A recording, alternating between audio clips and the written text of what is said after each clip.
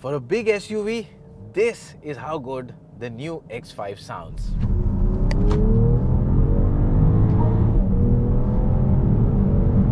Yes, it's not an M, but it's an M Sport variant and it does justice to that very important single letter. The BMW X5 is one of those few SUVs that since its introduction changed the way SUVs are perceived. I mean, before the X5, SUVs were supposed to be off-road capable, bulky beast, but the X5 proved that not everyone needs off-road capability. Compromise some of that and bring in sharper road handling dynamics.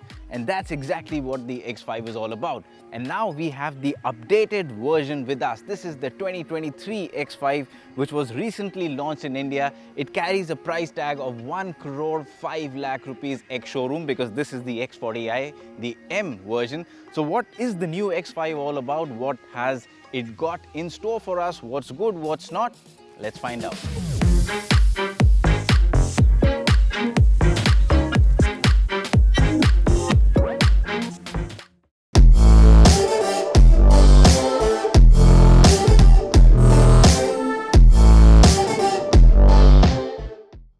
Coming to the design of the X5, well, it's not a generation change, but this is more of an update, but a very extensive one. In terms of design, what you see here is you see a very sharp front also because this is the M version. So all of these bits that you see, the sporty bits here, this is because you get these with the M version. The standard X5 would have a different bumper. Also, these new headlamps, very sleek, and especially with this pattern here, I think these are the sharpest looking headlamps in this segment right now. And for all of you who like bling, well, this grille is a backlit grille. It glows in the dark. So all that tashanbaji that people look forward to, that can be done with this. But overall, I think it's a very commanding and a very dynamic design. Even on the side, you get these massive 21-inch alloy wheels. And even when you look at the overall profile, the sleek tail lamps at the back, you add it all together and what you get is a sharp looking SUV, but it retains that brute character on the road. Everybody seems to just disperse when they see the X5 coming in their rear view mirror. So yes, it is definitely better looking than the outgoing version and one of the sharpest looking SUVs in its segment. Now, one of the coolest party pieces about this new X5 is its split tailgate. Well, it's not just the new X5, the X5 had it earlier as well, but it continues. And what it does is, well, this opens normally and you have a button to open the lower part here. And this opens up separately. Now, where does this help? Well, if you're going out camping or somewhere, you can actually use this to place a lot of stuff, have your party, and for someone as light as me, well, I can even sit on it.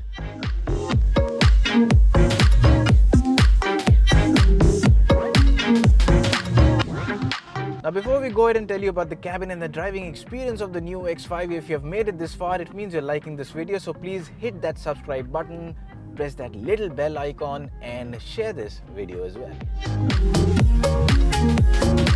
So now let's talk about the cabin of the new X5. Well, like I said earlier, it's not a generation change, but it's an updated model. But for an update, it's got quite an extensive change inside the cabin. Now, what you will end up noticing first is, of course, the change in the touchscreens. So instead of the older touchscreen, what you get now is this curved panel. It's an integrated single panel. And now what you get here in form of the infotainment screen is an almost 15-inch screen and a 12.3-inch digital instrument cluster. It's combined into one unit, slightly curved, tilted towards the driver, and has got a very rich and premium look to it.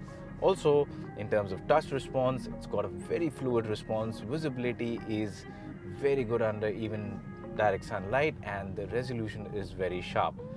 Well, the entire user interface, being a BMW iDrive, well, this is a bit complicated. It might take a bit of time to get used to it, but once you get used to it, it's pretty easy to use. It's just that the layout at times can be a bit, in a way, complex to go through in terms of so many options being available. But nonetheless, beyond that, If you talk about other changes, even in dashboard, you get this nice insert here with the X5 badging all around, and it also glows in the dark, so gives it a very good look. And this is the M Sport variant, so you get slightly different seats. Also, you get the M Sport badging all around inside the cabin. The seats, by the way, are fantastic in terms of comfort and support, and they also offer the ventilation function. Undoubtedly, in this segment, you would expect them to be electrically adjustable, and they are. Beyond that, the feature list just goes on and on. You've got wireless charging pad here, and unlike some of the other BMWs, this one, by the way, does fit in large phones. So even if you have something like an S23 Ultra, it will fit in, not like some of those BMWs where they don't just fit in. You also have this massive panoramic sunroof, so all you sunroof lovers out there. Talking about the rear seat, well, at the rear also you've got good amount of space. The seat itself is quite good. I would have personally preferred a bit more of under thigh support, but that's perfectly fine. It's not bad. Beyond that, in terms of leg room, headroom, shoulder room, it is pretty much spot on. It's a massive vehicle, and at no point of time you feel that there is any kind of compromise in terms of space. The seat is wide enough. You can actually have 3 people sitting abreast. Just that the middle one is not going to be very happy with you at the end of a long journey. But for 4 people, it is a brilliantly comfortable vehicle to be in. So yes, a big upgrade inside the cabin, but there are things that I am not a big fan of, and there are these new AC vent adjustment levers. Now, the problem I have with these is that they do not look very good. They do not look particularly rich compared to the rest of the cabin, and you also do not get any visual note as in where the vents are actually. And the vents themselves, they look nice, very slim and all, but throw off the air at times when the car is baking under the sun and you come and you turn the air conditioning on. It does cool, but it takes a good 5-6 minutes, and the problem is that the throw from these vents is not strong enough at the front. So for those 5-6 minutes where you would rather have the air hitting your face or body directly, you have to wait for the cabin to cool down. So that's a bit of a miss for me, and these fidgety vent controllers just don't appeal to me much. So with the cabin details settled, let's move on to the most interesting part about any BMW, and that's the driving. Now this one comes with either a petrol or a diesel engine. The one that we are driving is a petrol motor, and this is not an entirely new engine. Instead, it's an updated engine, so the engine has been reworked, and as a result, it develops more power now. In fact, this is the most powerful vehicle in its segment right now. So now what you get is a 3-liter turbocharged engine, and this petrol motor develops 381 horsepower and 520 Newton meters of torque. All of this is channeled to both axles using an 8-speed Steptronic transmission. And what it means in the real world is that the X5, despite its size, its physical footprint and its weight, just gets off the line in a very quick manner. And the 3-liter engine, despite being turbocharged, has hardly any perceivable lag. It is raring to go right from the moment you step on the gas. It accelerates very quickly for a vehicle of this weight. It launches off the line pretty quick. Even the in-gear acceleration while you're rolling is again very impressive. And if you talk about highway performance, well, you can easily reach triple-digit speeds, higher triple-digit speeds, sit on it for full day, and the X5 will not have a single complaint to make.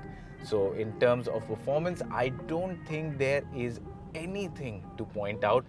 For a big SUV, this is how good the new X5 sounds.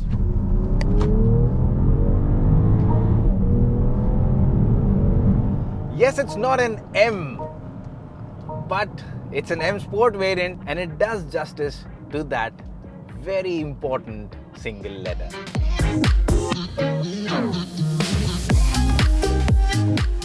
But the X5 is not just all about going flat out or going fast. You have driving modes, you can put it into comfort and you can just enjoy a cushioned ride wherein the engine and the exhaust is more silent, the throttle response is relaxed, and the suspension just works a lot more softer. You can also put it into Eco Pro, saves more fuel, and this, by the way, is a mild hybrid, both the petrol and the diesel. So what you get here is a mild hybrid functionality wherein you've got assist. It's not just a micro hybrid wherein it's going to give you start stop. So this one, the motor, the battery provides a power of 12 horsepower and 200 newton meters of torque. So that provides assist to the engine. As a result of that, emissions are lower and fuel efficiency is higher. Now coming to the handling, well, I told you earlier that the X5 was the one that changed it all, that SUVs can be dynamic, they can go around corners fast, and this one just takes the game to a next level. It's got air suspension, works beautifully. Of course, one of the benefits of having the air suspension is that you can lower and raise the ride height using just a button. Not that it really needs it on Indian roads, it's anyway a gigantic vehicle, but yes, if you're going to go on really bad roads or doing some off-road, you have the option of raising it.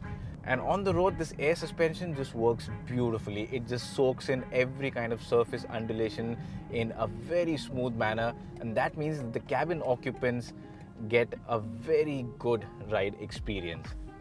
Now, since it's a BMW, you would also expect it to perform well around corners, and it does not disappoint at all. You can throw the X5 around the corners at a speed that you would initially not believe that this SUV can take turns at. I mean, looking at its size, but it does that flawlessly without any complaints.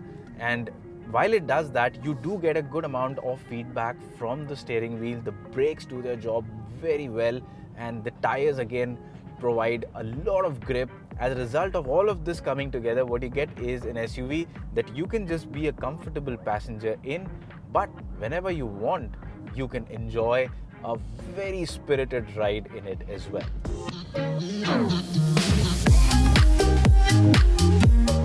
And that brings us to the conclusion, and this is the part where I tell you whether this car is worth rupees 1 crore 5 lakh ex-showroom or not. Well, let's add the pieces together.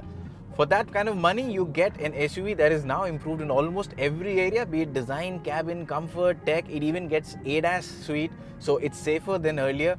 And like I said earlier, more powerful, more efficient, gets mild hybrid technology, cleaner, all of that jazz. So it's improved in every department. But what differentiates it?